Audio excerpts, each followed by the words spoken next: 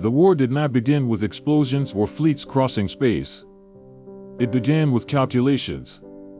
For decades, the galaxy had existed under a fragile balance sustained by two interstellar superpowers whose territories never directly touched.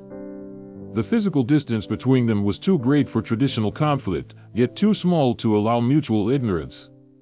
Both knew of the other's existence. Both understood that a direct confrontation would be devastating on a scale no historical record could contain. For that reason, the war was displaced to before the event. Advances in probabilistic manipulation made it possible to map, test, and discard possible futures. It was not about predicting tomorrow, but about exploring thousands of versions of it, identifying which timelines favored one's own survival. Every strategic decision was made not based on the present, but on the impact it would have on futures not yet consolidated.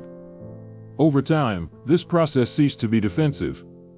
Both powers began to intervene in each other's futures. Small alterations became frequent, inexplicable failures in navigation systems, scientific discoveries that never reached completion, political leaders who died before assuming decisive positions. None of this appeared to be war. These were isolated events, statistically acceptable. But when analyzed together, they revealed a pattern of temporal sabotage. The war was being fought in the field of anticipation.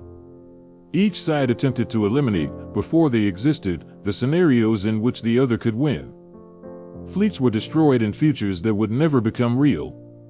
Planets were evaluated in timelines that would be aborted minutes later. Billions of lives were saved or condemned in versions of reality that never stabilized. The present had become merely a point of passage. To sustain this type of conflict, both powers created units specialized in pre-event warfare. Analysts, strategists, and operators worked connected to systems capable of projecting human and artificial consciousness into simulated futures, experiencing battles that had not occurred, and that, if everything went as planned, would never occur. These operators were not soldiers in the traditional sense. They were witnesses to wars that needed to be forgotten as soon as they returned. Their memories were partially erased, fragmented, or reorganized to prevent contamination of the present with information from discarded futures. Even so, something began to fail. Temporal residues started to accumulate. Small memory lapses appeared among operators. Sensations of déjà vu became common. Some displayed knowledge of strategies they had never studied, or fear of battles that had never officially been fought. The systems classified this as acceptable noise. What they failed to perceive was that, as more futures were discarded, the universe began to resist. Probabilities ceased to behave as neutral variables. Some timelines became harder to eliminate, as if they insisted on existing. Among them, one was recurrent.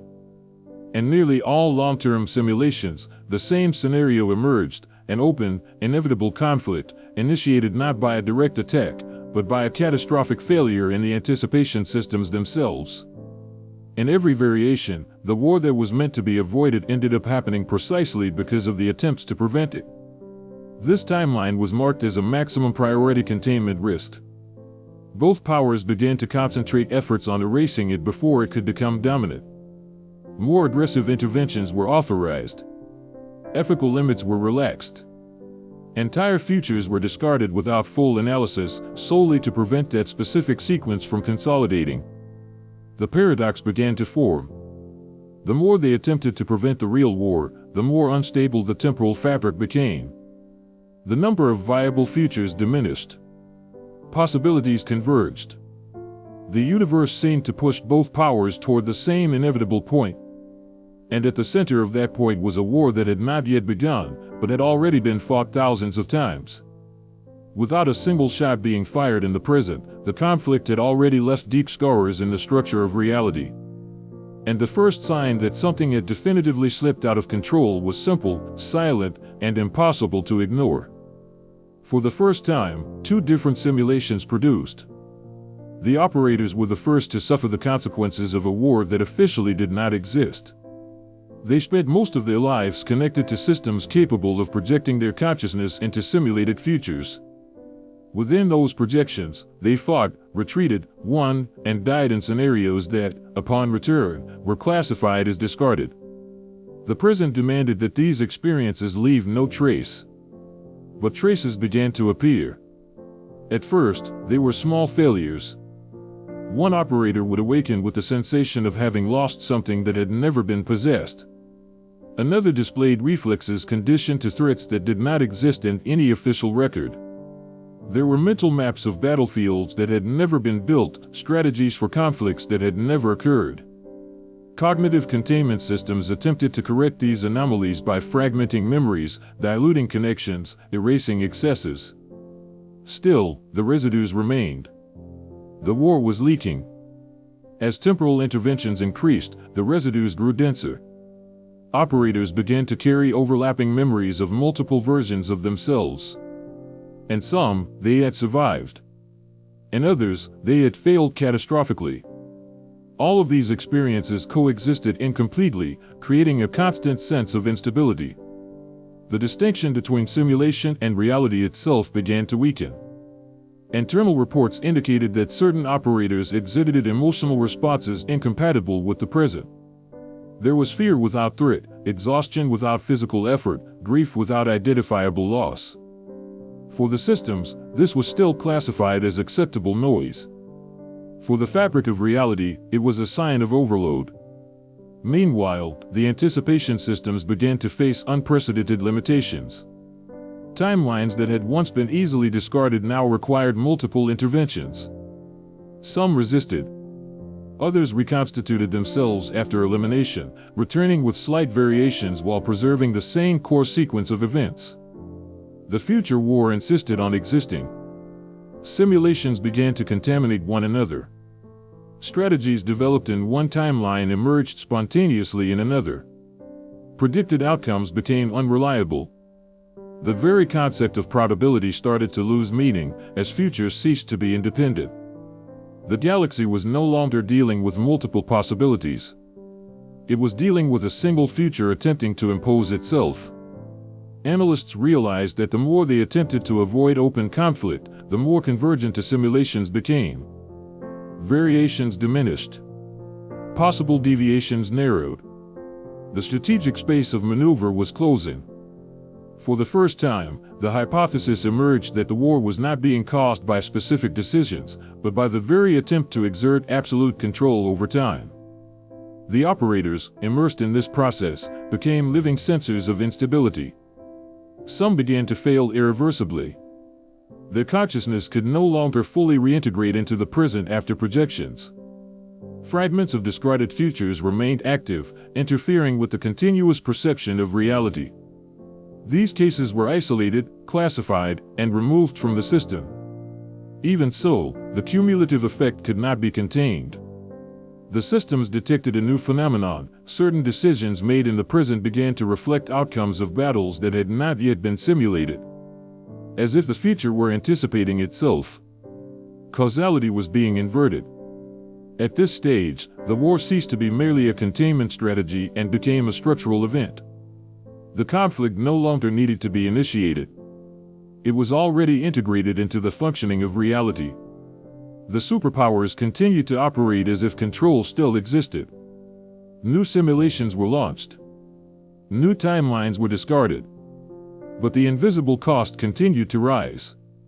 Each eliminated future made the remaining ones more rigid. Each attempt to avoid the war made its occurrence more defined.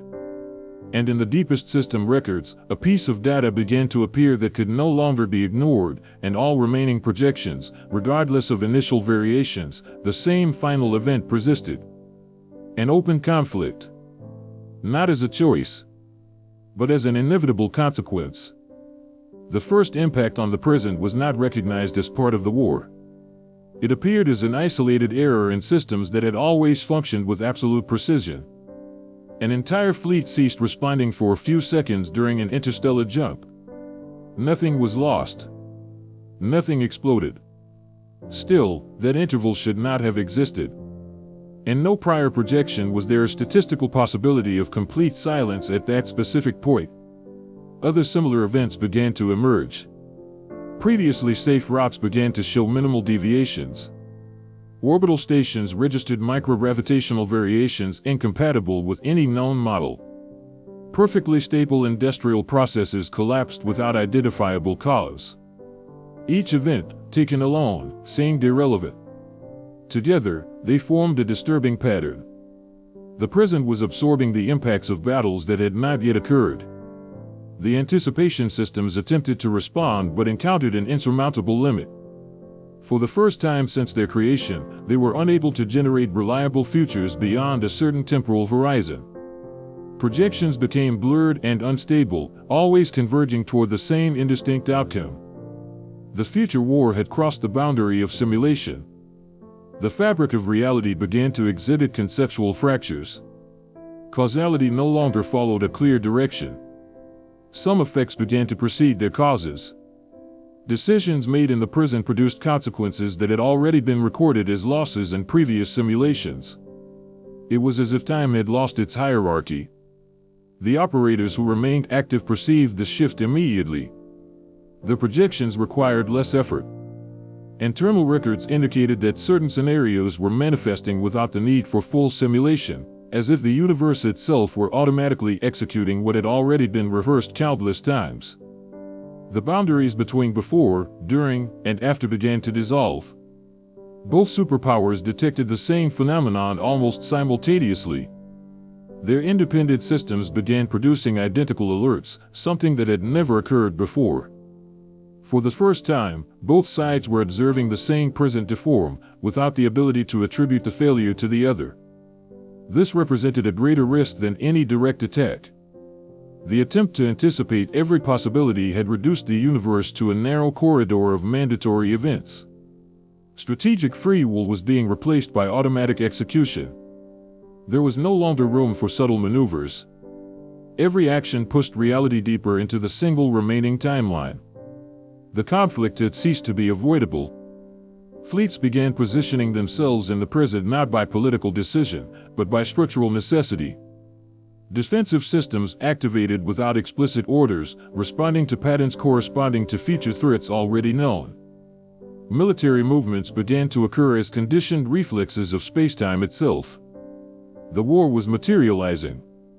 Still, no shot was fired. The silence was more terrifying than any open battle. Each second without explosions confirmed that the conflict was being fought at a deeper level, where individual choices no longer carried enough weight to alter the outcome.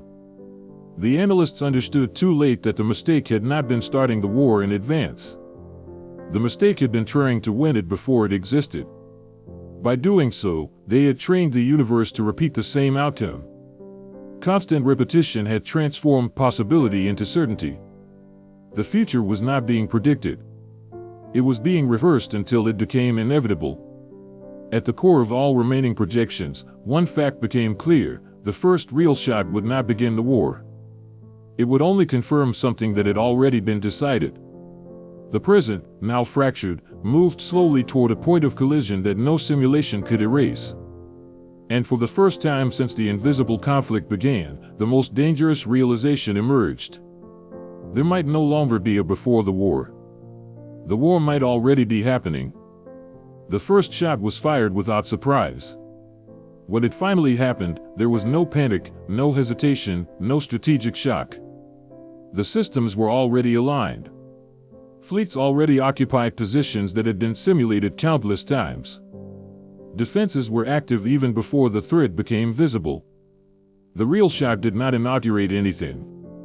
It merely materialized an event that already existed in all remaining projections. At the moment the first weapon crossed space, something ended. The war ceased to be feature. The physical impact was devastating, yet limited. Some ships were destroyed. Some orbital structures collapsed. Miserable losses occurred. Still, none of this represented the true cost. The universe did not react to the violence itself, but to the confirmation of a pattern. What had been rehearsed had become definitive.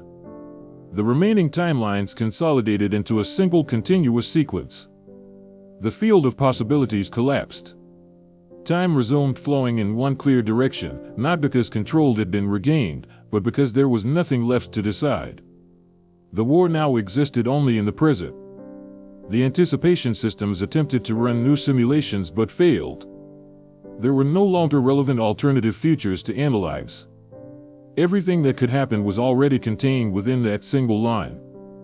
The universe had chosen efficiency over variation. The superpowers continued to fight, but the sensation of choice disappeared. Each military movement seemed to follow a script already known. Strategies emerged fully formed, leaving no room for innovation. The conflict advanced like an autonomous mechanism, fueled by its own inertia. The war no longer needed visionary commanders. It knew exactly where it was going. As confrontations accumulated, it became evident that neither side could achieve absolute victory. All discarded simulations pointed to the same final outcome: exhaustion, stagnation, and minimal survival. There would be no total annihilation. Nor would there be triumph. The war did not exist to be won. It existed to consume excess. Entire civilizations reorganized their structures around permanent conflict. Economies, cultures, and political systems began operating in service of a war that no longer required justification. The state of combat became the new equilibrium. Over time, the memory of a before began to fade. New generations were born amid the conflict and grew up without reference to a peaceful galaxy. For them, war was not a historical event. It was a natural condition. And, paradoxically, the universe stabilized. The temporal instability that had threatened to tear causality apart ceased. Space-time stopped exhibiting fractures. Reality resumed predictable behavior, even if cruel. The price of stability had been the renunciation of possibility. By attempting to avoid war at all costs, the superpowers had eliminated every future in which it did not occur. What remained was the one in which conflict became permanent, controlled, contained within acceptable limits. The first shot did not begin the war. It saved the universe from something worse. By accepting conflict as inevitable, reality found a way to continue functioning. War became the mechanism through which excess anticipation was dissipated. A relief system for a universe that could no longer tolerate being predicted to the end. In the end, the greatest irony remained intact. The war that happened before the first shot only ended when the first shot was fired. And when it ended, it gave way to something simpler, more brutal, and more stable. A conventional war. Without paradoxes. Without discarded features. Without the illusion of absolute control. The galaxy survived. Not because it avoided war, but because it finally stopped trying to escape it.